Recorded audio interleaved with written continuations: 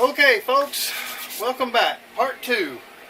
This is going to be the second part in a series of how to build your Bulldog.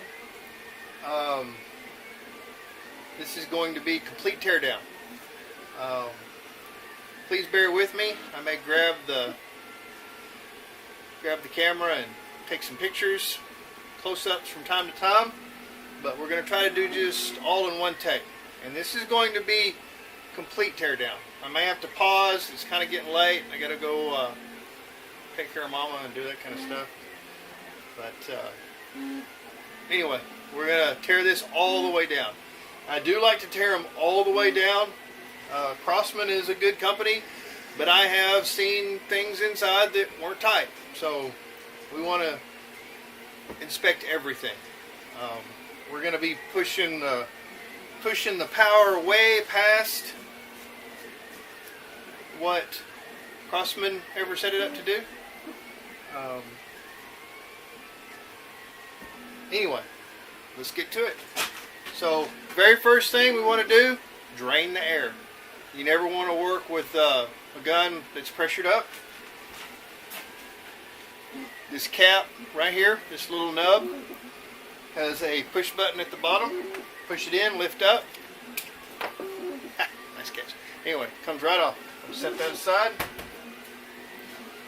I used a long Allen wrench.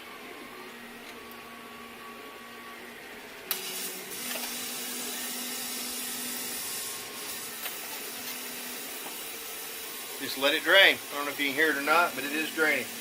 Maybe give it one more twist. Okay. We're going to open our bolt but not cock it. Move down here a little bit where you can see. Or open our bolt but not cock it. I'm going to use a power drill. If you've never done this before, maybe doing it by hand will be a little better. Pay attention to the size of the length of the screws that come out. There are a couple of shorter, and they go down here and at the sling mounts. You'll see them when they come out, but there are some shorter ones. So next thing we're going to do is pry the butt pad off, and it just pries off. Then I just start from the back and work my way forward.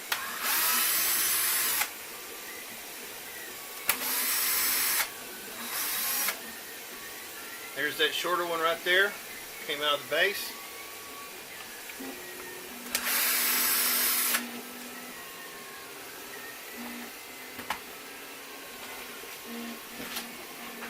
You can see the difference in length. So those need to go back in the same spot. And they usually are at the sling mounts.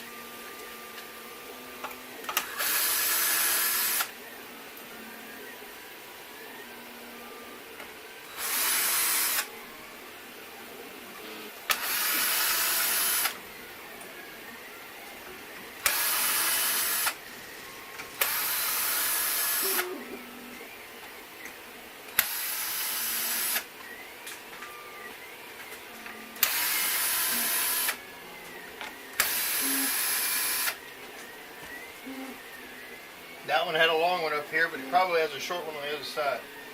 Now we got to take our shroud off. There's one that didn't come out.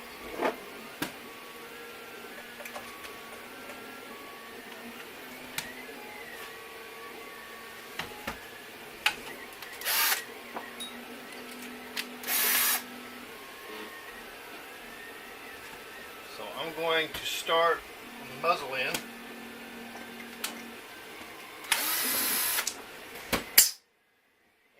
Release the last of the air.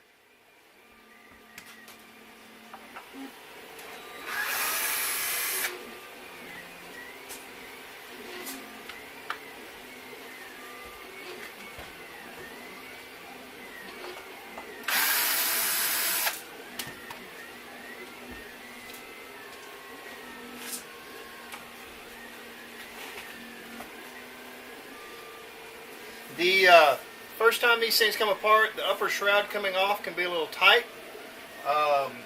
People have done different things. I usually just bump my scope. Let me grab something. So here's some quick detached scope rings.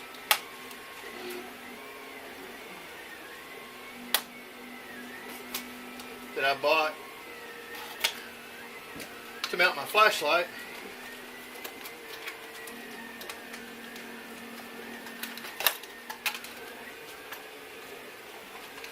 We'll just put one of these on there real quick.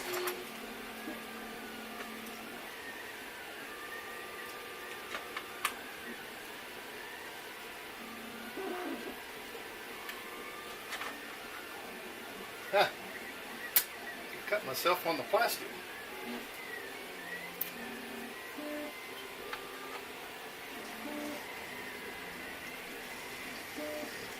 That's just whatever customer wants is redneck blood on their gun, right? So, scope ring against the soft surface. Just a few whacks and it'll release from the O-ring that's right down here. That's what's keeping it tight. And then the whole thing will just slide off.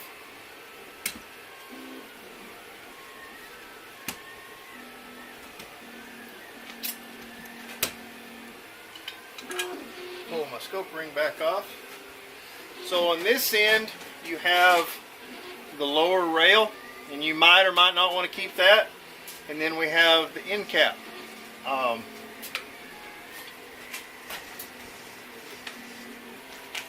Just a little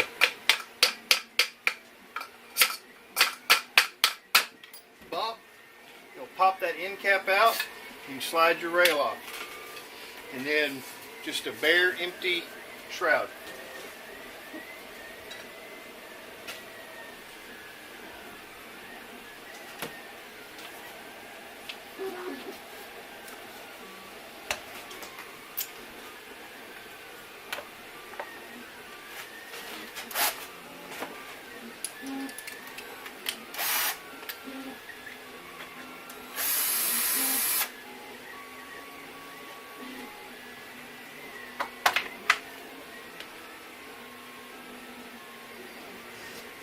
Make sure that you got all your screws out of there.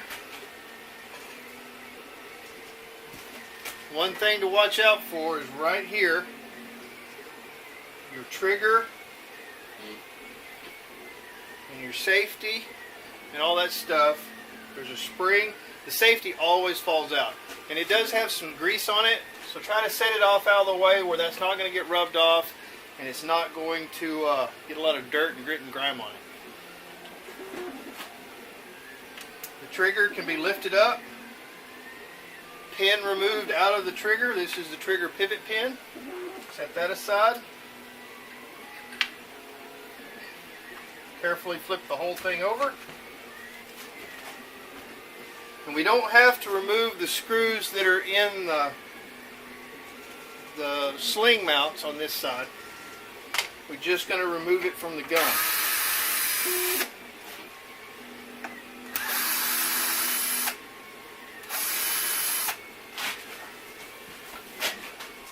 So there's only 2 screws on that side. And we only had 1 short screw out of that set. It's probably because the other short screw is up here.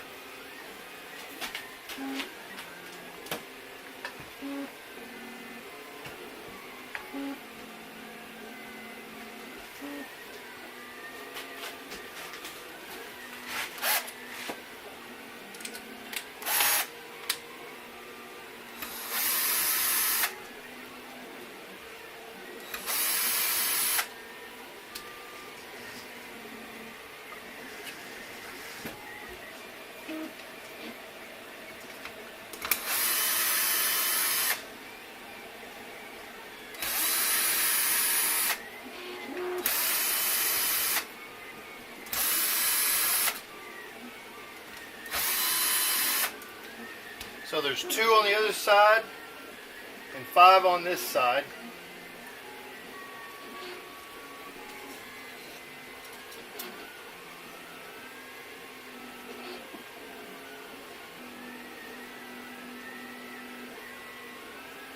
and we get our two plastic upper halves off.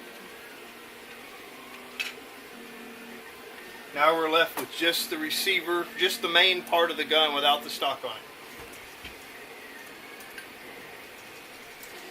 Alright, what do we want to do next?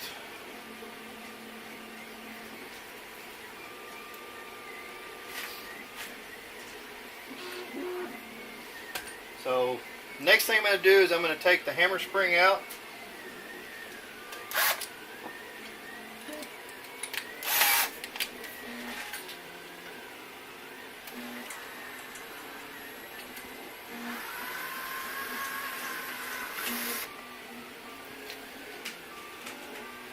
You got the adjuster plug at the very end. You got the spring and the guide.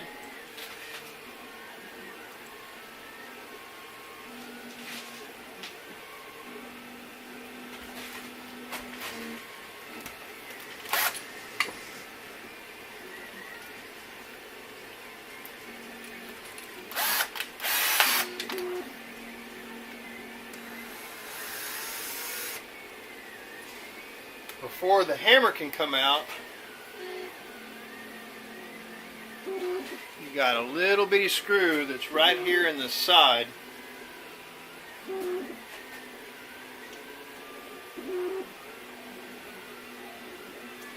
know what we're going to do?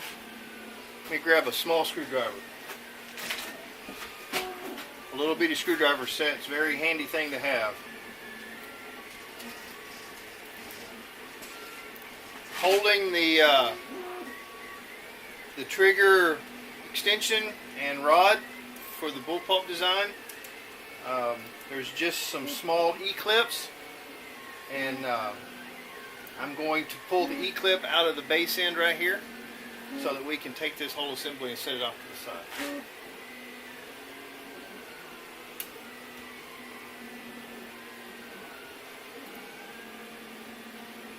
Careful not to lose them. They are little bitty guys. Then you can take your screwdriver and push the pin out. Keep the pin over here. Then the whole trigger assembly comes out.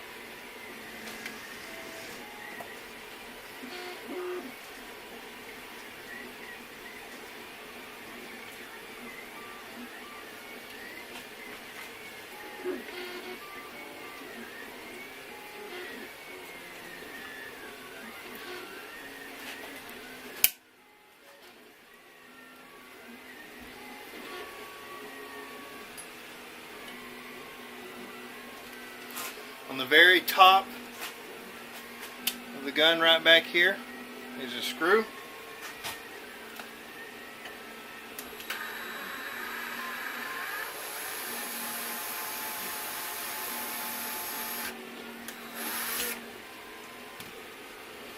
That is the pivot pin and screw that holds the back of the cocking lever.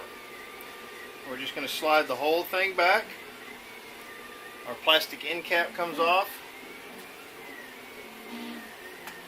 We're going to turn the gun upside down. We have another E-clip that holds the cocking lever. Let's see here.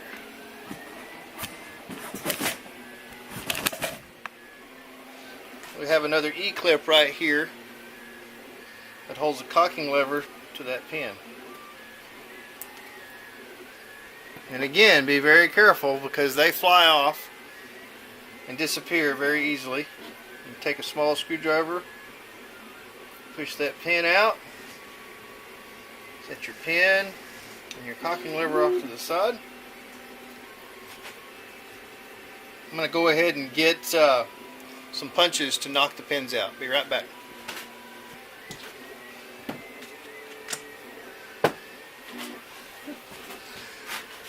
Okay, these pins like to come out, the holes are bigger on one side than they are the other.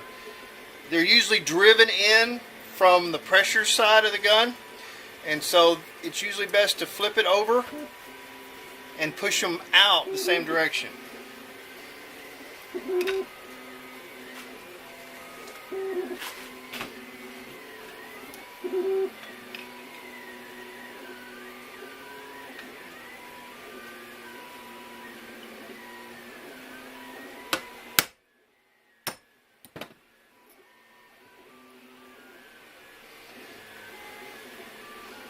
pin.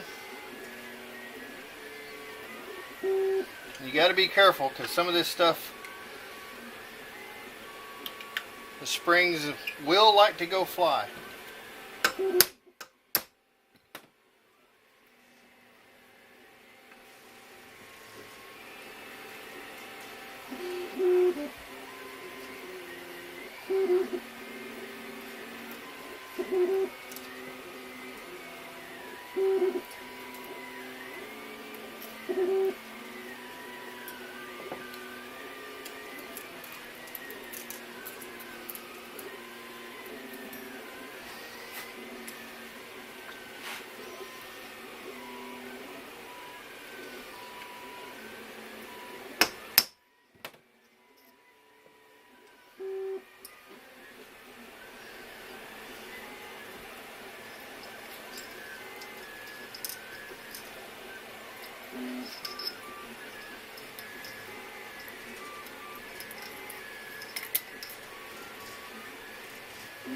Spring.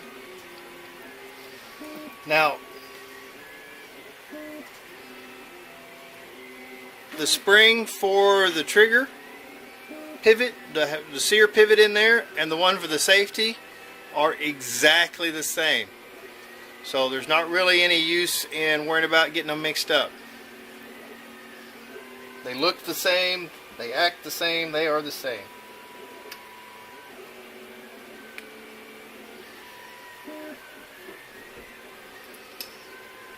So once we get the trigger out, the hammer will come out. We're going to polish this before it goes back in.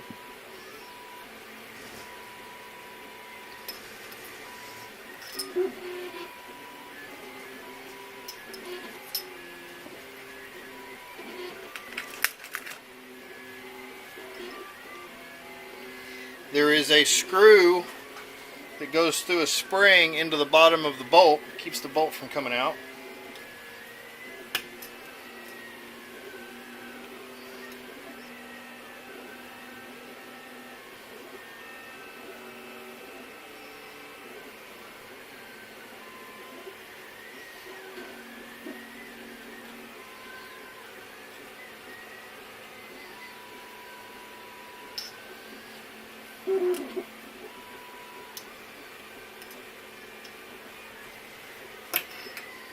Now it's still pressed into that spring and it's screwed into this hole, but there's your bolt.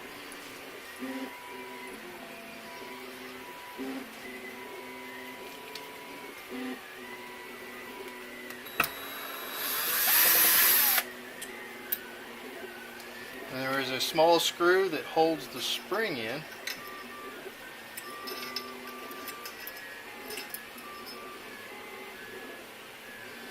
And it does have a little plastic washer on it.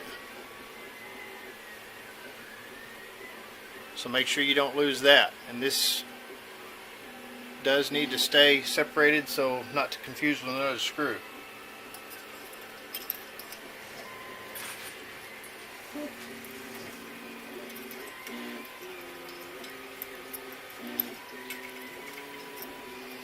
And wiggle that around. It's a little bit of a booger to get out of there, but that is the so this screws into the bolt, and as you cock it and it pulls the bolt back, the bottom edge fits into the hammer and pulls the hammer back to cock it.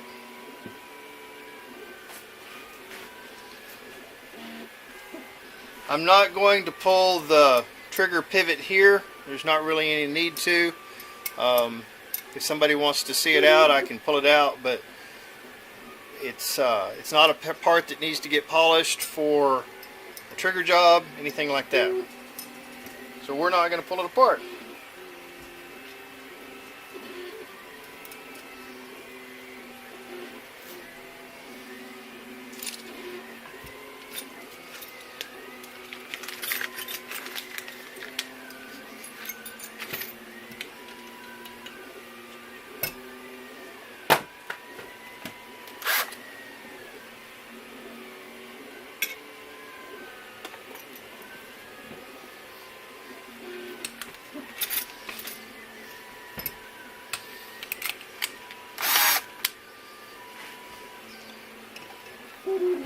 Next thing we're going to do is pull the barrel out. There's 2 screws. Well, see, that one was loose. I didn't even have to work at it to get it loose. The back one has a little pin in it, and that's to locate the barrel so that when it goes back in, it always goes back in the same spot.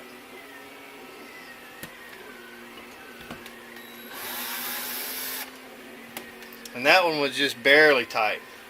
And notice it does not have the pin. It does not have the pin on it. So they are different. Make sure you keep those separated. And then just a little wiggle and the barrel comes right out. There's not really any need to pull this off. If you want to, there is just a small set screw on the back side right here in this hole. Your shroud attaches to this hole.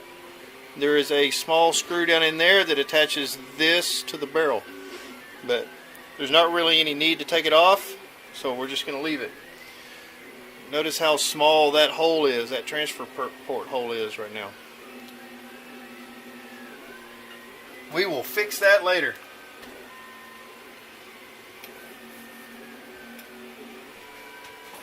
Be right back.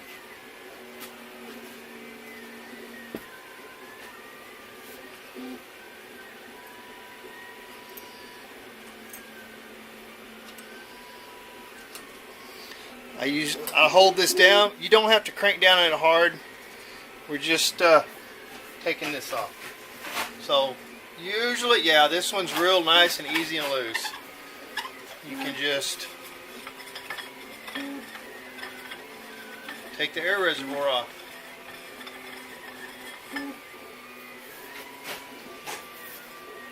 Cap's on the other end. We don't need to take that cap out. There's nothing for the regular tear down and tune that needs to happen here, so we're just going to leave that in.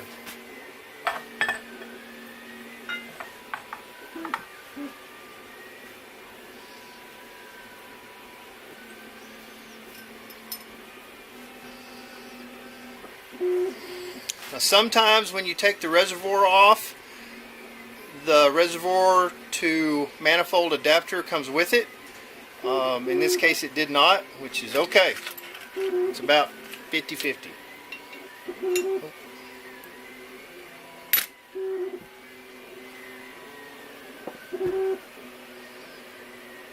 Hold what you got.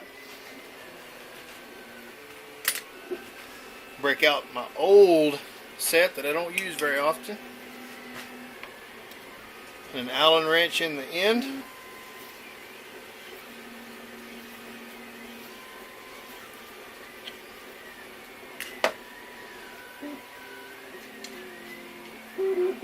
It comes right out. You can see the Allen chuck in there to unscrew it. And we have a spring. The main purpose of this spring is to keep pressure on the valve pin, the valve against the seat that's down in there. When you don't have any air in the gun, it will air up. You still have to cock the gun when it's completely empty to air it up, but if you don't have this, then the valve can just fall away from the seat and you have to stand the gun up. You would have to stand the gun up, barrel up, to make this fall back down in there, and sometimes wiggle it to make it fall all the way down there before you can pump the gun up. So this is our valve, and the spring fits onto it just like that.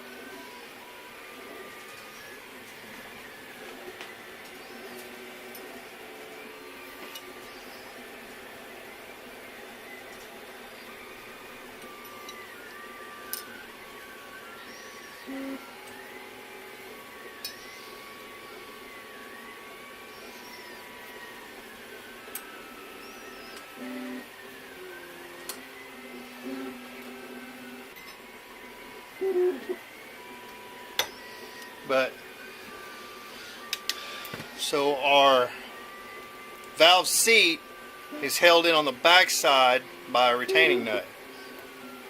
And it's not very tight on this one. I just pulled it out by my finger. I have seen some of these that were not even attached. The gun failed after 3 or 4 shots because everything came apart in there. So this is why we take it all the way down, to check all these little things.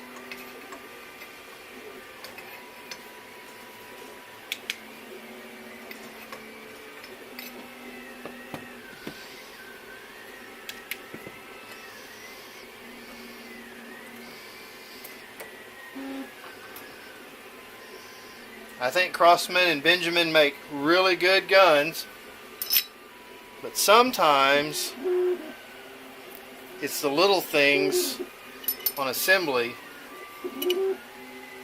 that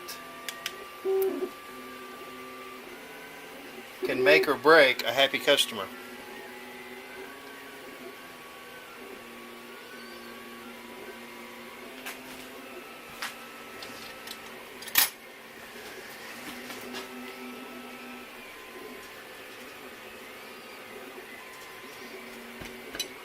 You don't have to push hard. You just got an O-ring in there holding it all together.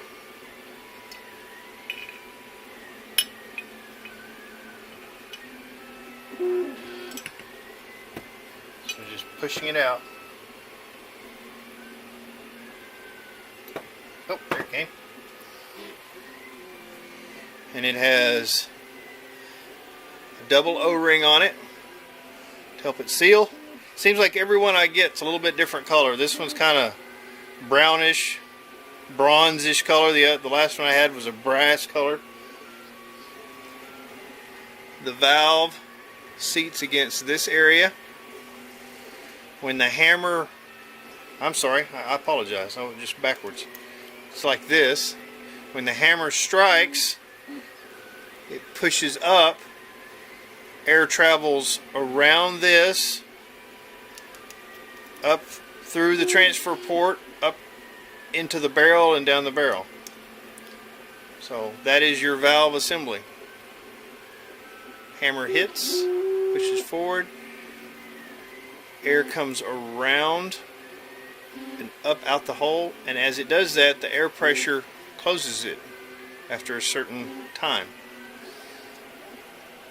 You can adjust the tension on the back of the gun where the butt pad is to hit this harder. The harder you hit, the further it pushes it up, and it's longer before the air closes it again. So that's what the power adjuster is on the back, to adjust how much force you're hitting the hammer.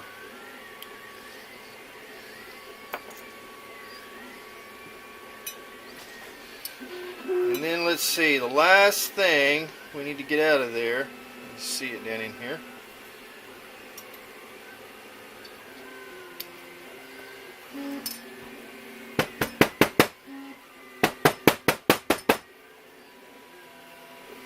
is our little plastic transfer port.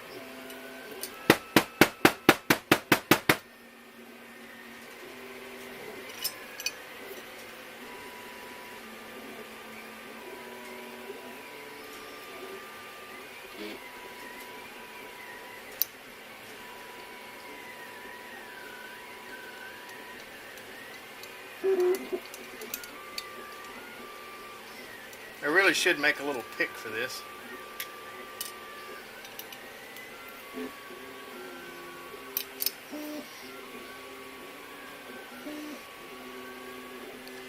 And this is just the port that sits on top of the valve and goes up and touches the bottom of the barrel. But the thing is it is not soft enough nor long enough to seal against either one. So it just sits in there and lets the air go through. It has a slight bevel on this end, and maybe a slight bevel on that end, and that just helps the air smoothly transition from the valve up to the barrel. So if you are planning on turning the power up significantly in your gun, then you will no longer want this or need it. If you are not wanting to significantly turn up the power in your gun, then you probably want to put this back in. Alright? So the only thing that's left is our pressure gauge, which you people in other countries are going to call it something else, but I'm a redneck and I'm going to call it a pressure gauge. This is our drain valve. There is a small BB underneath there. I can pull it out, but just there's no need to ever completely pull that out of there. This is your Foster fitting. This is your fill valve. There is a check valve in this adapter here, so if that needs to come out, you can. But if it ever leaks in there, you can pull this out and change the O-ring and clean it all up. If it does, it's probably just from cruddy air, wet air, having a little corrosion going on, and that can cause over quite a significant amount of time, months, you can get a leak here. It does have a filter. They did use a really good Foster fitting that has a filter in the end of it to keep any debris out. But other than that, that is a completely tore down gun.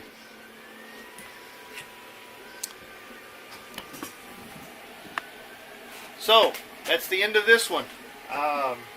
Tomorrow we will start on different things. We're gonna work on the trigger.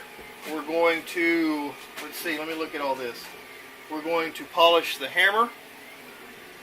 We're going to polish the trigger components, and I can tell you what to do to make a lighter trigger if you really want to. There's some pretty delicate stuff in there, and I don't recommend you attempt some of that stuff unless you're a pretty seasoned gunsmith or have a very high mechanical aptitude. But I'll show you what is possible. We're going to polish the barrel. We're going to do all kinds of cool stuff. Then we'll reassemble, and then we will show, during our reassemble, we will show some of the upgrades and components that I sell that you can add on to your gun if you so choose. Anyway, thanks for tuning in. I hope you enjoy it. Please stay tuned. If you have any questions, comments, concerns, please leave a comment below. I'm not a prude. I'll answer you. So until then, we'll see you next time. Bye.